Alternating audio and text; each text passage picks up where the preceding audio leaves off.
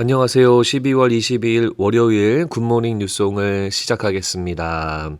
자, 성탄 주간이 시작이 됐습니다. 목요일 날 있을 성탄절까지 여러분 가족들과 또 지인들과 또 우리 목장의 가족들과 행복한 또 예수님의 은혜를 나누는 여러분들 모두가 되기를 바랍니다.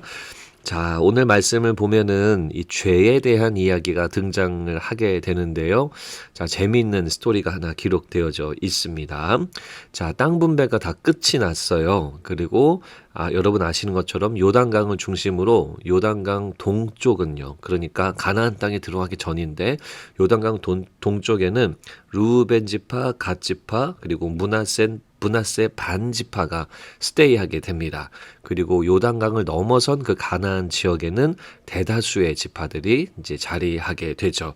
자, 르우벤 자손, 갓 자손, 그 다음에 므낫세의 반, 그러니까 해프되는 므낫세 반 지파는 이 땅 분배 일이 다 끝나고 나서 이제 자신들이 분배받은 요단강 동편으로 이제 가는 거예요. 그런데 가다가 큰 제단, 요단강 강가에다가 큰 제단을 쌓았습니다. 자, 이 이야기가 이 대다수의 이스라엘 백성들이 있는 요단강 서편에 있는 그 지역, 가나안 지역의 사람들에게 알려지게 됩니다. 그리고 이 사람들이 깜짝 놀라가지고 거의 싸우러 갔다. 라고 하죠.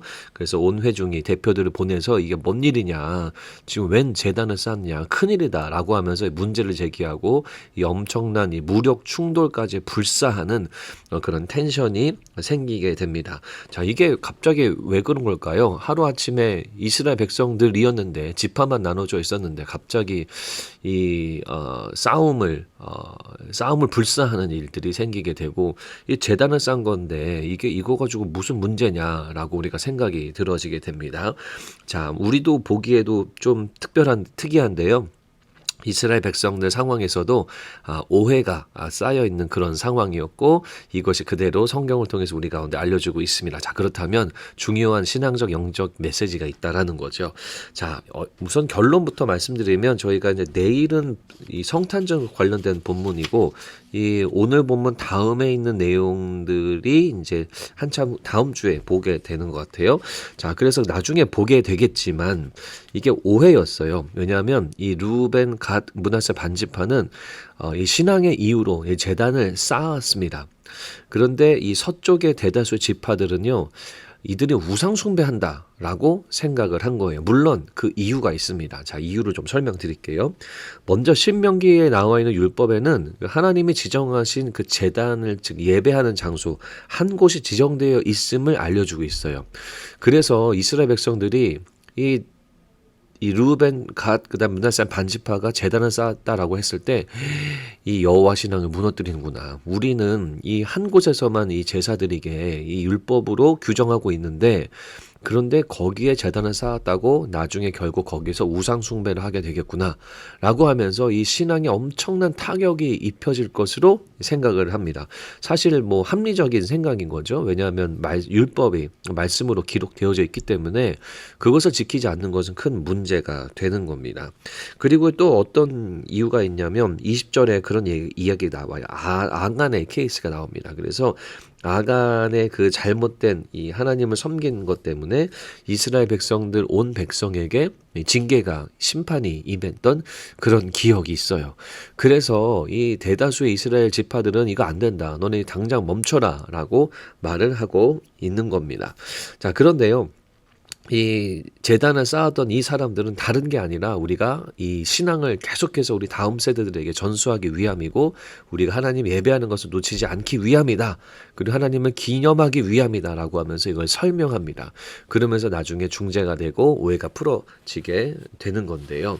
자, 오늘 말씀에서는 우리가 무엇을 알 수 있냐면, 물론 오해로 대화하면서 풀게 됐지만, 그러나 이 요단강 서쪽에 있는 이 대다수의 지파들의 반응이에요. 이들이 어떻게 반응하죠? 전쟁을 불사하면서까지 하나님 신앙을 지킵니다. 전쟁을 불사하면서까지 뭐를 지켜요? 하나님의 율법을 지킵니다.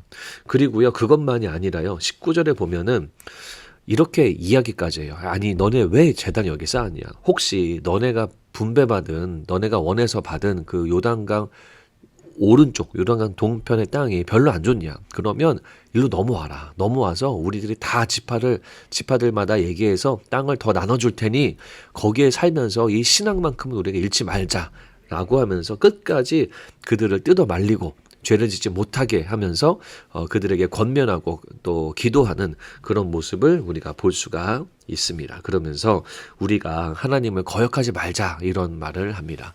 참 저는 이 요단강 서편 지파들의 반응을 보면서 참 많은 도전이 되고 은혜가 됩니다. 그냥 무조건 전쟁하고 너희들은 죄 졌으니 넘어가라. 너희들은 이제 우리 사람 아니야. 이게 아니라 그들이 다시 돌아올 수 있도록 그리고 그들이 이 범죄로 말미암아 하나님에서 멀어지지 않도록 최선을 다하는 그들의 모습을 보게 됩니다. 자, 우리도 이래야 되지 않을까 싶습니다. 죄는요, 죄입니다. 그래서 죄는 우리가 확실하게 분별해야 합니다. 하지만 죄를 짓는 영혼들을 향해서 우리는 소위 뜯어 말리는 결심을 할 수 있어야 하고 그들이 어떤 삶을 살아야 하는지 우리는 제시해 줄 수 있어야 합니다. 그리고 그들이 죄에서 돌아올 수 있도록 어떻게 돌아올 수 있는지를 설명하고 안내하고 또 인도하고 기도하는 것이 바로 우리들이 해야 할 몫이라고 생각합니다. 이스라엘 지파들은요, 이 죄에 대해서 매우 민감해져 있었습니다. 왜냐하면 여러 차례 죄 때문에 넘어지고 깨지고 또 하나님에게 혼나기도 하고 또 하나님으로부터 징계를 경험했거든요. 죄가 얼마나 무서운가를 이들은 철저하게 알고 있었고 그래서 이 죄에 대해서 단호하게 그리고 또 정말 이 나머지 지파를 잃어버리지 않기 위해서 정말 그들에게 회유하고 또 기도하고 권면하는 그런 모습을 보게 됩니다. 자, 우리도 이렇게 죄에 대해서 분별하고 이 죄에 대해서 민감한 그리스도인이 되어야 될 줄로 믿습니다. 자, 여러분들도 삶 속에서 이 죄에 대해서 우리 스스로 먼저 민감해야 됩니다. 죄에 대해서는 단 한 에어리어도 한 분야도 내가 허락하지 아니하겠다라는 그런 결심으로 죄를 멀리하고 또 주변에 죄 가운데 있는 사람에게 또 그들을 권면하고 그들이 죄를 짓고 또 하나님을 멀어지는 삶을 살지 않도록 우리가 기도하는 우리가 되어야 될 줄로 믿습니다. 이번 주간이 성탄 주간이어서 땡스기빙처럼 많은 사람들을 만나는 시간들입니다. 때로는 가족에게 복음 전하는 것이 어렵죠. 하지만 우리가 무엇보다도 죄에 대해서 민감하고 또 그들을 정말 사랑하고 아끼는 마음으로 이 예수님에게 돌아오도록 또 말씀을 나누고 또 증인된 삶을 우리가 살아야 될 줄로 믿습니다. 오늘 이 말씀 보면서 죄에 대한 분별력을 가지는 우리 모두가 되기를 간절히 소망합니다. 원포인트 말씀은요.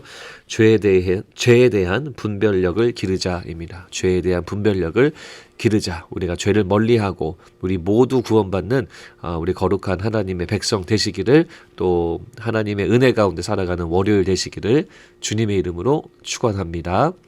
하나님 감사합니다. 하나님 우리도 죄에 대한 분별력을 길러서 이 죄에 대해서 민감하게 하시고 죄에 대해 우리가 노를 외치는 우리가 되도록 인도하여 주시옵소서. 감사합니다. 예수님 이름으로 기도드립니다. 아멘.